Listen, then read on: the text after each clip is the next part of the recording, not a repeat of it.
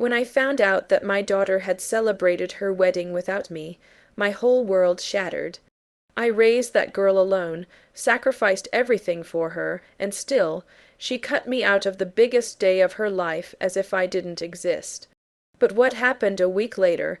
Let's just say karma didn't take long to show up. They came crawling back to me, begging for help in a way I never expected. Now I want you to tell me, was I wrong for what I did next? I still remember the day I got the invitation not from her, but through Facebook. There she was, in her wedding dress, standing beside a man I had never met, smiling like everything was perfect. Hundreds of likes, comments from people I barely knew congratulating her, and me, her mother. I found out just like any stranger scrolling through social media. It felt like someone ripped my heart out. My hands trembled as I stared at the screen, the white dress, the flowers, the happiness that didn't include me. You see, I raised my daughter, Emily, alone since she was 6. Her father left when he found someone else, and from that day forward, it was just the two of us against the world.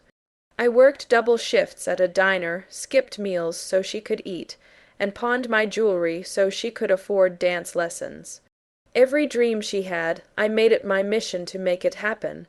When she got accepted into college, I cried like it was my own victory. I thought we were close like best friends. We had our fights, sure, but I always believed nothing could come between us. That started to change when she met Ryan. He seemed charming at first, clean, cut, polite, and overly sweet. I wanted to like him, I really did. But there was something about the way he looked at me that made my stomach twist. Like I was an obstacle, like he already planned to erase me from her life. The first time I met him at dinner, he kept interrupting Emily every time she tried to talk.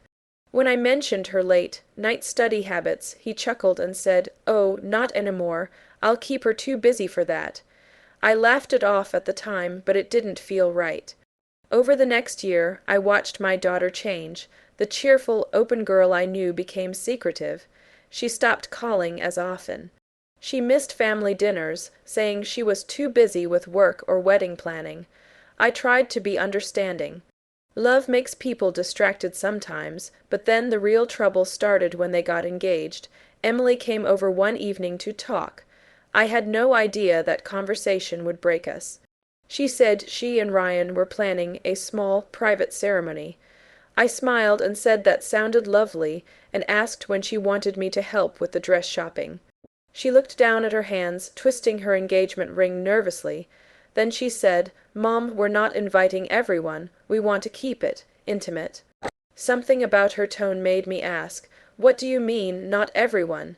She took a deep breath and said, "We decided not to invite you, Mom. It's nothing personal. Ryan just thinks it would be less stressful that way." I swear, for a second, I thought she was joking. I even laughed and said, "Oh, that's a funny one. You almost got me." But she didn't smile. Her eyes filled with tears, but she didn't look sorry, just guilty.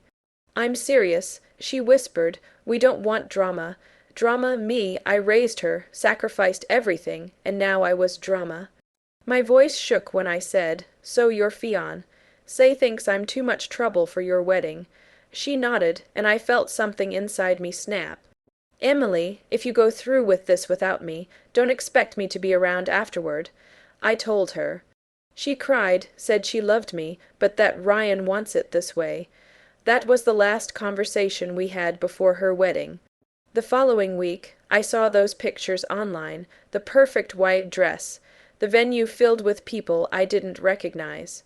Her father was there, though, the man who abandoned her. He walked her down the aisle while I sat at home, staring at the pictures, tears streaming down my face. I can't even describe the pain. It wasn't just being excluded. It was like being erased from her story. Days turned into nights. I didn't eat, didn't sleep.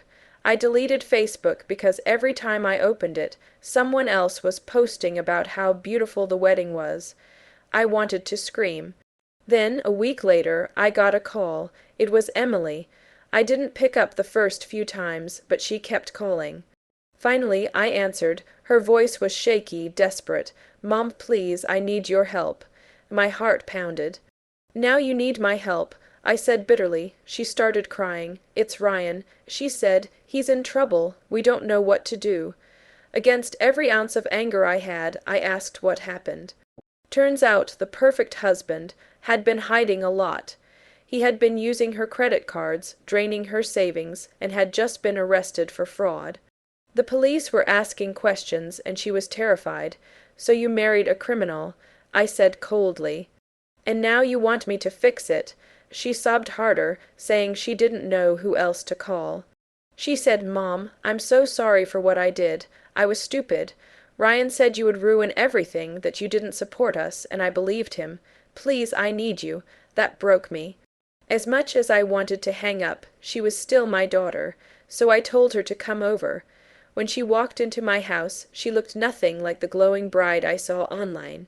Her hair was messy, her eyes swollen from crying, her hands shaking. I made her sit, gave her tea, and just listened as everything poured out. Apparently, Ryan had been controlling her for months. He isolated her from everyone, made her block old friends, even convinced her I was toxic, because I didn't respect him. He had forged her signature on loans, and now her name was tied to his debt. She was terrified she might go to jail too. So that's the situation I was in. I told myself silently, my daughter, who abandoned me, was now sitting in my kitchen begging for help. Before I tell you what I did next, I want you to pause and think, what would you have done if you were me? Would you help her after she humiliated you like that? Or would you let her face the consequences of her own choices? I stared at her for a long time. I could see the fear in her eyes, the regret, the pain. I wanted to say, "You made your bed, now lie in it." But I couldn't. She was my daughter, no matter what she'd done, so I decided to help. But on my terms. The next day, I went with her to the police station. I spoke to the officers, showed them messages proving she didn't know about the fraud. Thankfully, they agreed to treat her as a witness, not a suspect. But Ryan wasn't so lucky. He got sentenced to 3 years for embezzlement and identity theft. While the investigation went on, Emily moved back in with me. The first few weeks were rough. There was tension in every word we spoke. She kept apologizing over and over, but I wasn't ready to forgive her. I told her forgiveness isn't something you ask for once. It's something you earn. Slowly, I began to see glimpses of my old daughter again. She started cooking dinner with me, laughing at old movies, even helping me repaint the house. One night, while we were sitting on the porch, she said something that broke me all over again. "Mom, when I walked down that aisle, I kept thinking about you. It didn't feel right. I wanted to turn around and run home. I didn't say anything. I just took her hand and squeezed it. I realized then that maybe she had already been punished enough. Losing her husband, her money, her pride. It was all karma's way of bringing her back to where she belonged. Months later, she got a steady job and started rebuilding her life. She paid off what little debt she could and began volunteering at a women's shelter, helping others escape controlling relationships. One evening, she came home with tears in her eyes but a smile on her face. She said, "Mom, I told my story today at the shelter. One of the women said it gave her hope. I finally feel like I'm doing something good again." That was the moment I truly forgave her. I stood up, hugged her tight, and whispered, "Welcome home, baby." Now, whenever I look back, I realize that sometimes life has to break you apart before it can bring you back together.